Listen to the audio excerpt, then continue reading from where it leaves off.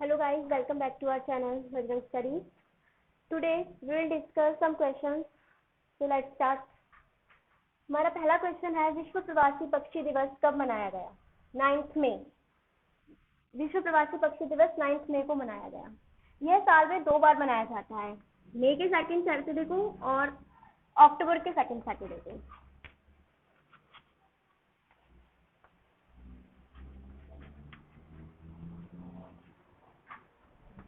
इस बार मई का second Saturday 9 मई को था और अक्टूबर का सेकंड सैटरडे है 10 अक्टूबर को, तो ये तभी भी मनाया जाएगा।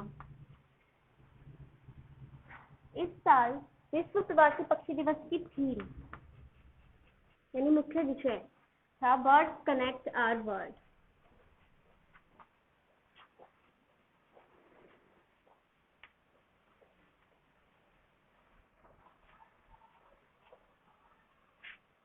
बर्ड्स कनेक्ट आवर वर्ल्ड और इसका एम यानी उद्देश्य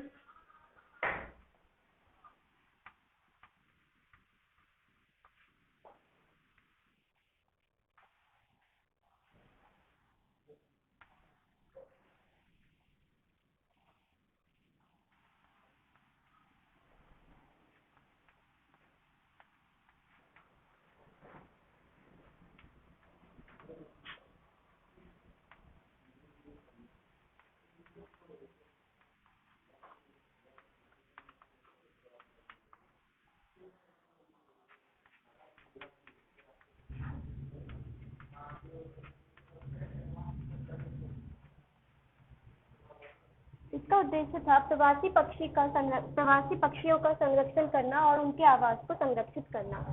एक बार फिर से विश्व प्रवासी पक्षी दिवस कब मनाया गया? 9 मई को।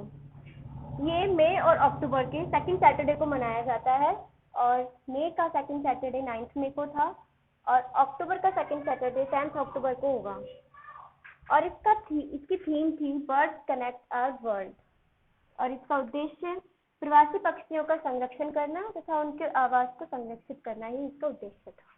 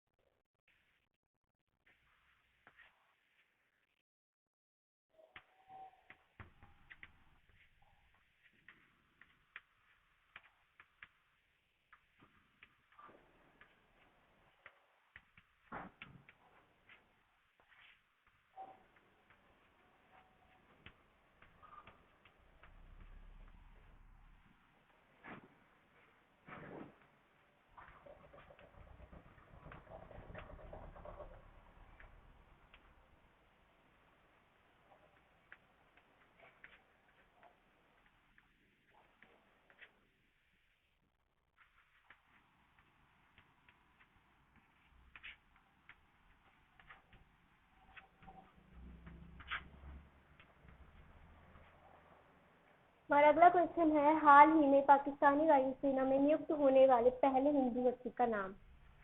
तो वो है राहुल देव। राहुल देव ही वो पहले हिंदू व्यक्ति हैं जो पाकिस्तानी वायुसेना में जीडी यानी जनरल ड्यूटी पायलट बने हैं।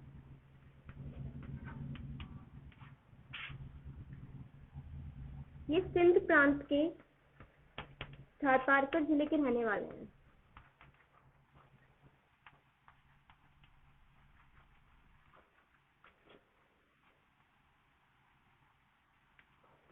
पाकिस्तान में थारपारकर एक वो जगह है जहाँ पर बहुत संख्या में हिंदू निवास करते हैं। तो एक बार फिर से हाल ही में पाकिस्तानी वायुसेना में नियुक्त होने वाले पहले हिंदू व्यक्ति का नाम क्या है? राहुल देव। ये जीडी पायलट है यानी जनरल ड्यूटी पायलट और ये सिंध प्रांत के रहने वाले हैं और थारपारकर जिले के। और थारपारकर एक वो जगह है जहाँ पर बहुत बड़ी संख्या में हिंदू निवास करते हैं।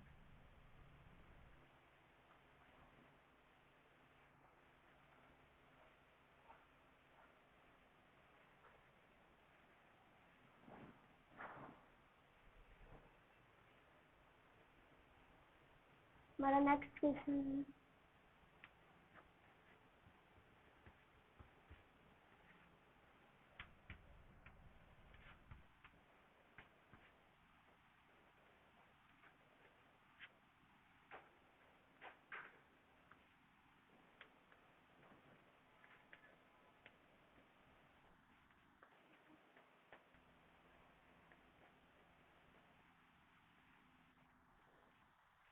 प्रवासी राहत मित्र ऐप किस राज्य ने लॉन्च किया? उत्तर प्रदेश।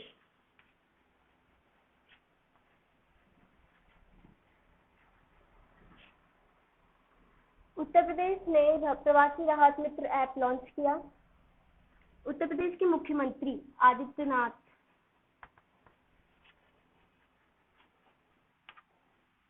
ने 8 मई को इसे लॉन्च किया था। इस ऐप को लॉन्च करने का उद्देश्य क्या था? यानी जो अन्य प्रदेशों से उत्तर प्रदेश में आए प्रवासी नागरिक हैं, उनको सरकारी योजना का लाभ मिल सके और उनके स्वास्थ्य की निगरानी तथा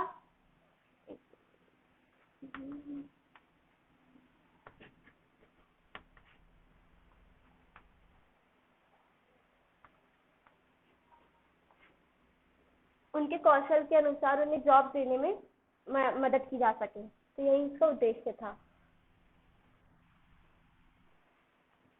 और उत्तर प्रदेश गवर्नमेंट ने इसे यूनाइटेड नेशन डेवलपमेंट प्रोग्राम के सहयोग से इसे लॉन्च किया।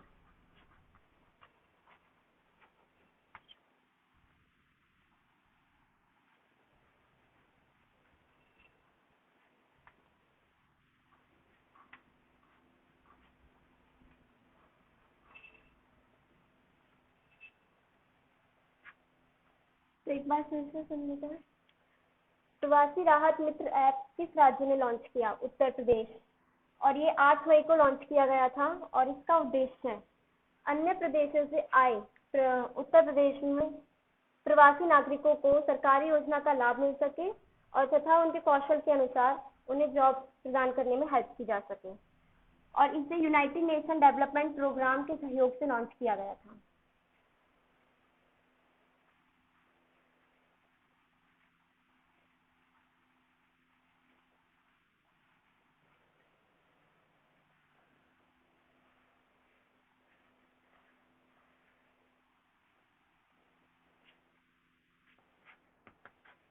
नेक्स्ट क्वेश्चन है, राष्ट्रीय प्रौद्योगिकी दिवस कब मनाया गया?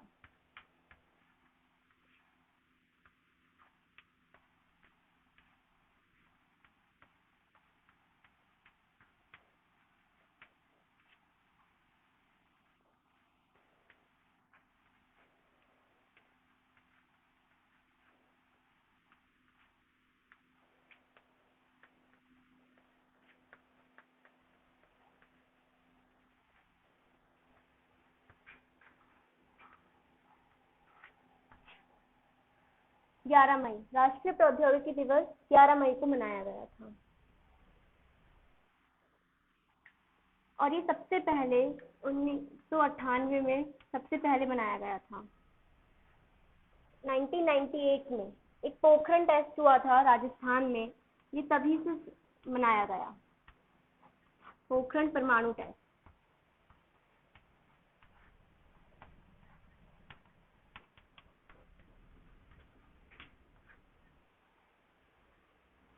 और भारत क्यों मनाता है इसे?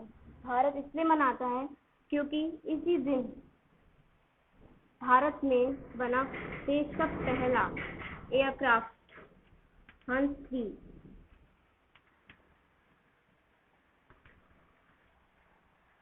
3 का सफलतापूर्वक उड़ान परीक्षण हुआ था। और 11 मई को ही एपीजे अब्दुल कलाम के द्वारा बनाई गई मिसाइल त्रिशूल, इसका भी सफलतापूर्वक परीक्षण 11 मई को ही हुआ था। इसलिए भारत इस दिवस को मनाता है।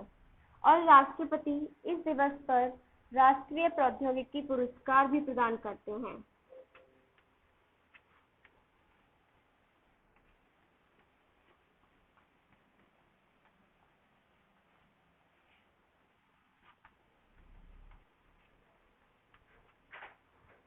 ये उन व्यक्तियों के लिए दिया जाता है जो देश के लिए अभूतपूर्व कार्य करते हैं।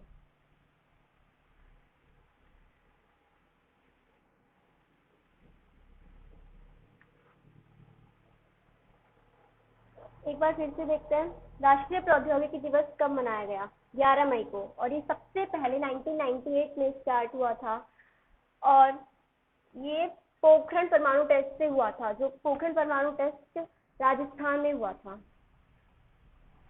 और भारत इसे इसलिए मनाता है क्योंकि भारत में सबसे पहला एयरक्राफ्ट हंस 3 का सफलतापूर्वक उड़ान परीक्षण इसी दिन हुआ था और एपीजे अब्दुल कलाम के द्वारा बनाई गई ये त्रिशूल मिसाइल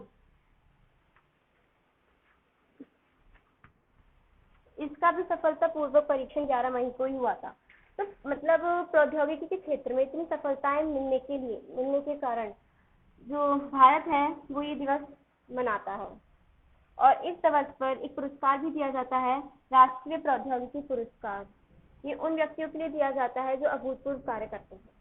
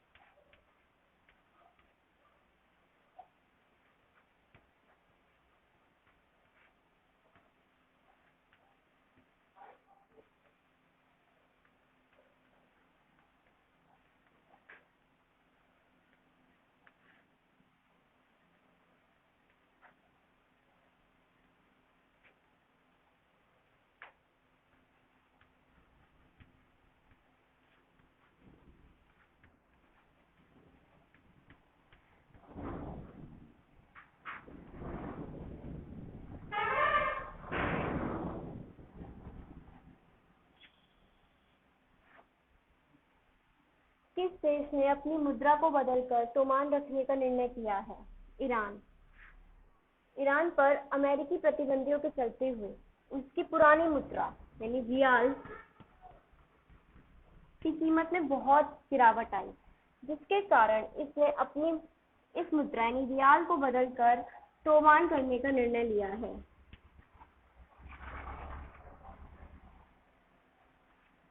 जिसके अनुसार एक तोमान की कीमत 10,000 रियाल तय की गई है।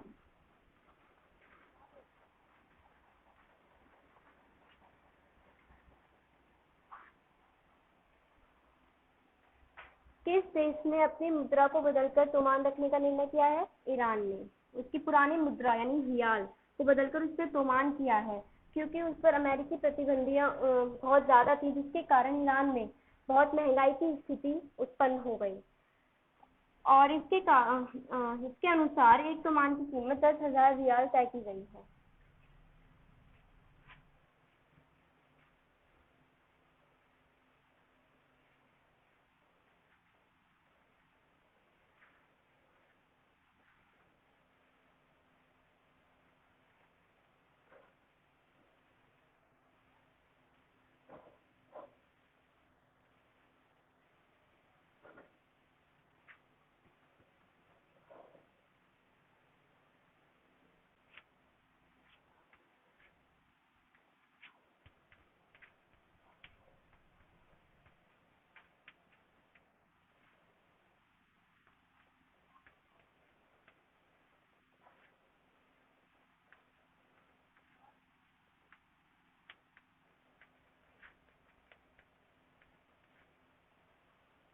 विश्व थैलेसीमिया दिवस कब मनाया गया? 8 मई।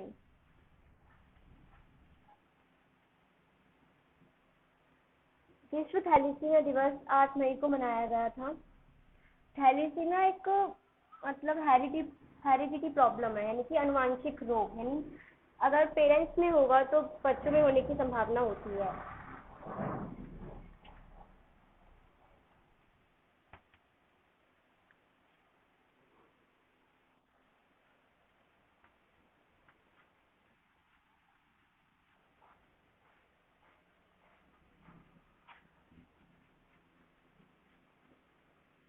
ये रेड ब्लड कॉर्पसेल्स यानी कि लाल रक्त कोशिकाओं के नष्ट होने के कारण होती है।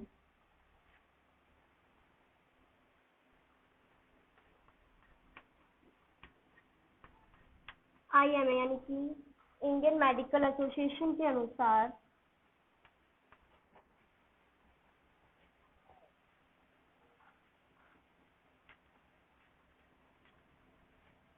इस समय देश में 35 लाख लोग इस रोग से पीड़ित हैं।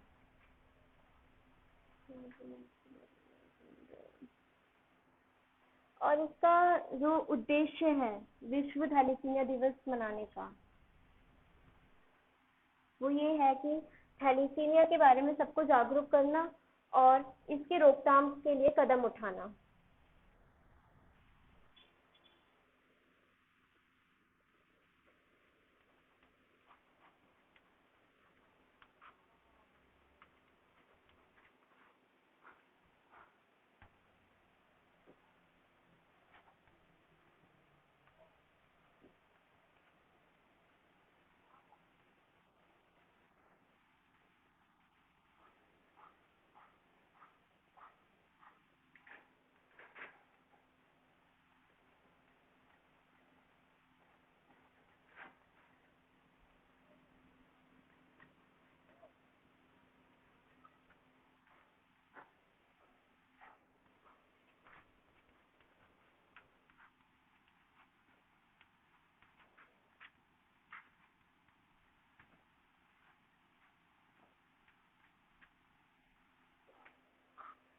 विश्व थैलेसीमिया दिवस कब मनाया गया? 8 मई को। ये थैलेसीमिया एक अनुवांशिक रोग है जो कि रेड ब्लड कॉर्पस्कल्स के नष्ट होने से होता है। और IMA यानी इंडियन मेडिकल एसोसिएशन के अनुसार इस वक्त देश में 35 लाख लोग इस रोग से पीड़ित हैं। और इस दिवस को मनाने का उद्देश्य है कि थैलेसीमिया के बारे में जागरूक करना और इसके रोकथाम के लिए कदम उठाना।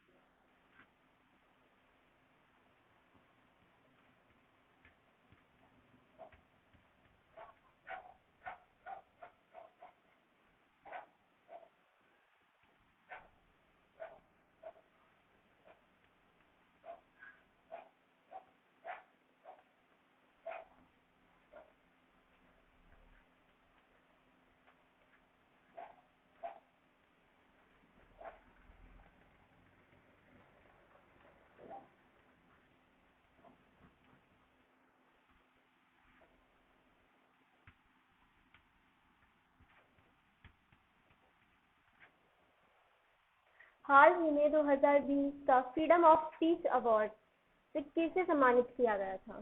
सिद्धार्थ वरदराजन।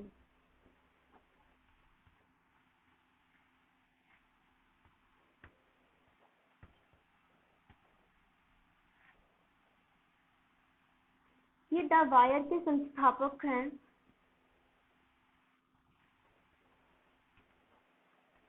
द वायर के संस्थापक सिद्धार्थ वरदराजन के साथ 14 देशों के 17 पत्रकारों को इस अवार्ड से सम्मानित किया गया।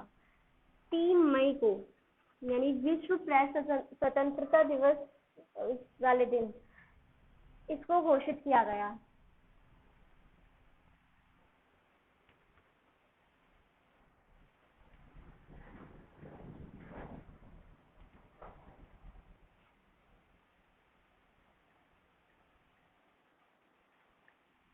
इस साल ये उन पत्रकारों के लिए दिया जा रहा है जिन्होंने अपने देश में सत्ता से उत्पीड़न और कार्यवाही का सामना किया है।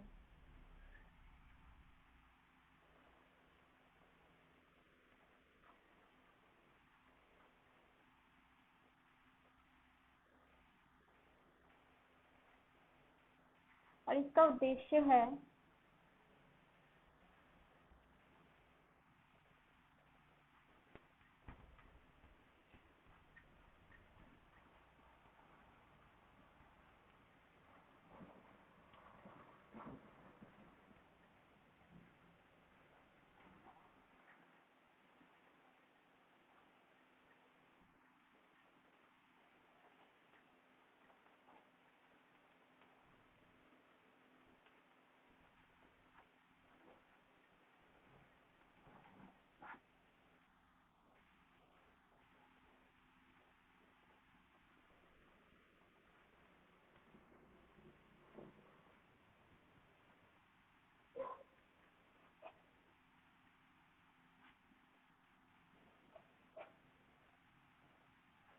इसका उद्देश्य क्या है? मीडिया के क्षेत्र में मानव अधिकार तथा बोलने की आजादी का सम्मान करना तथा उसे बढ़ावा देना। तो हाल ही में 2020 फ्रीडम ऑफ स्पीच अवार्ड से किसे सम्मानित किया गया है? सिद्धार्थ वरदराजन, द वायर के संस्थापक, और इनके साथ 14 देशों के 17 पत्रकारों को भी इस अवार्ड से सम्मानित किया गया है और इसकी घोषणा 3 मई को की गई थी। इसका उद्देश्य मीडिया के क्षेत्र में मानव अधिकार तथा बोलने की आजादी का सम्मान करना तथा उसे बढ़ावा देना।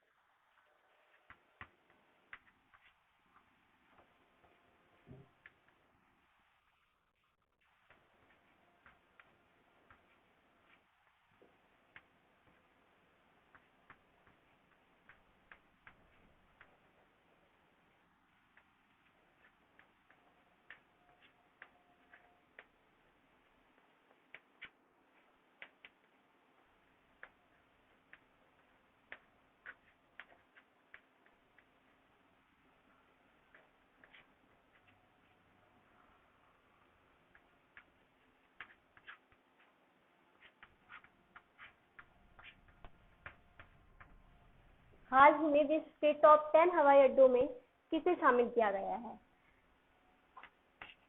Rajiv Gandhi international airport.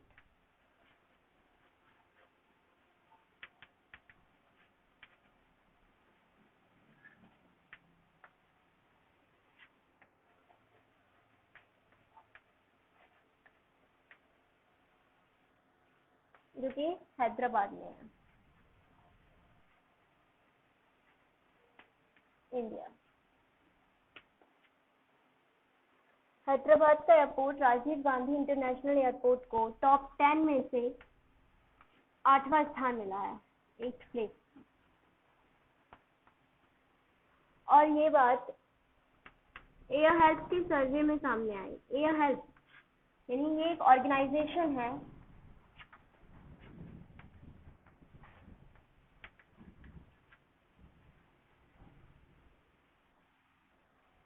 जो हवाई यात्रा के मामले में बहुत अधिकार रखती है। यदि फ्लाइट देर हो जाती है या रद्द कर दी जाती है तो उसका मुआवजे का हक रखती है ये ऑर्गेनाइजेशन। और विश्व के टॉप 10 में से टॉप फर्स्ट पे हम्माद इंटरनेशनल एयरपोर्ट है।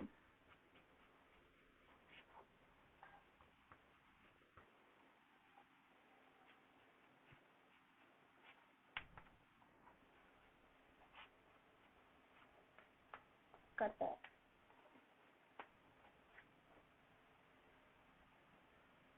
और सेकंड नंबर पे टोक्यो इंटरनेशनल एयरपोर्ट।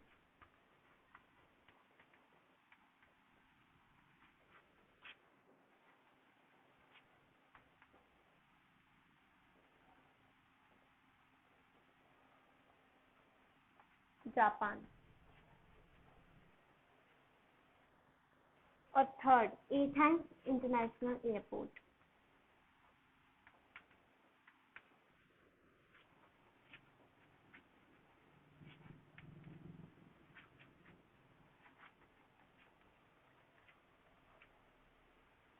ग्रीस।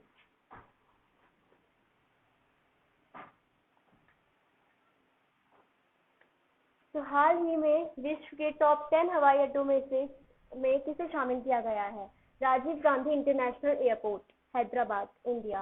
इसे 8th प्लेस मिला है और ये बात एयर हेल्थ यानी एक ऑर्गेनाइजेशन की सर्वे में सामने आई थी।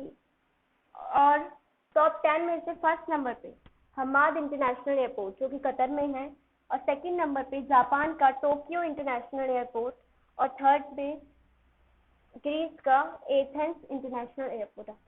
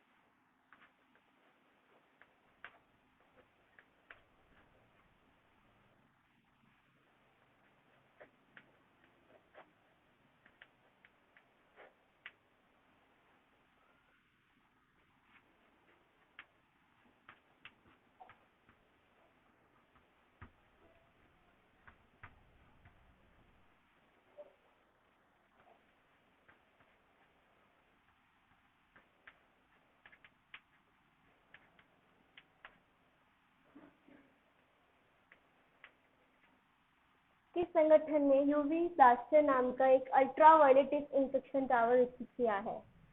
DRDO, defence research and development organisation.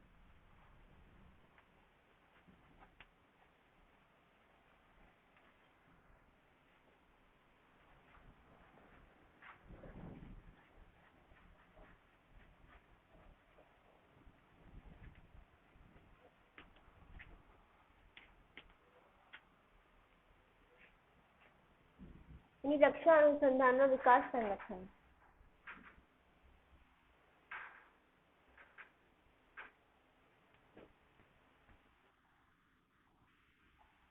इसको विकसित क्यों किया?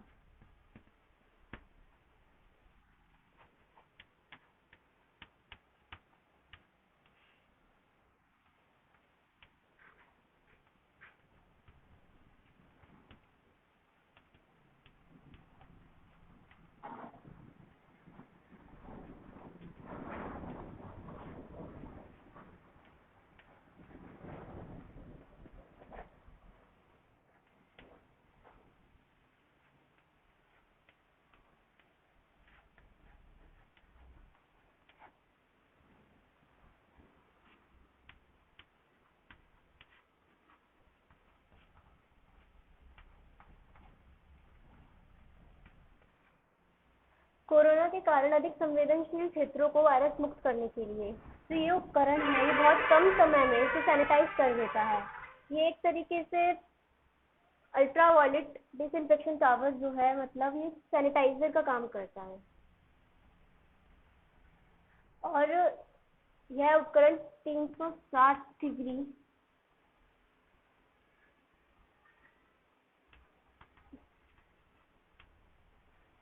ये उपकरण 360 डिग्री प्रकाश के लिए लैम्डा वेवलेंथ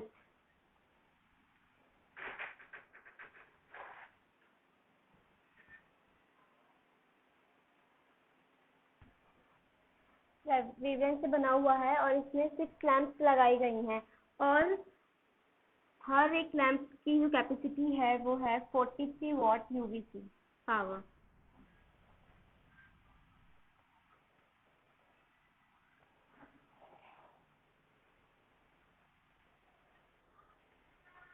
तो किस संगठन ने यूवी ब्लास्टर नाम का एक अल्ट्रावायलेट डिसइंफेक्शन टावर विकसित किया है?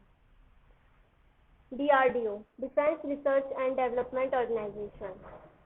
इसका एम बस ये है कि कोरोना से अधिक संवेदनशील क्षेत्रों को वायरस मुक्त करना। यह उपकरण 360 डिग्री के लिए बना हुआ है और इसमें 6 लैंप्स लगाई गई हैं। प्रत्येक लैंप 43 वॉट यूवीसी पावर की है।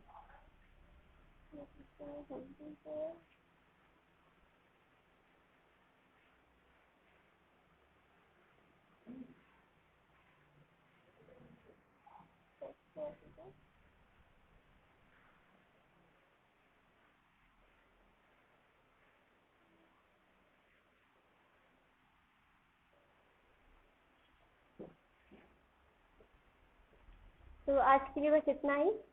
आगे क्वेश्चंस हम नेक्स्ट वीडियो में डिस्कस करेंगे और अगर आपको ये वीडियो अच्छी लगे तो इसे लाइक शेयर एंड सब्सक्राइब कर देना। Thank you.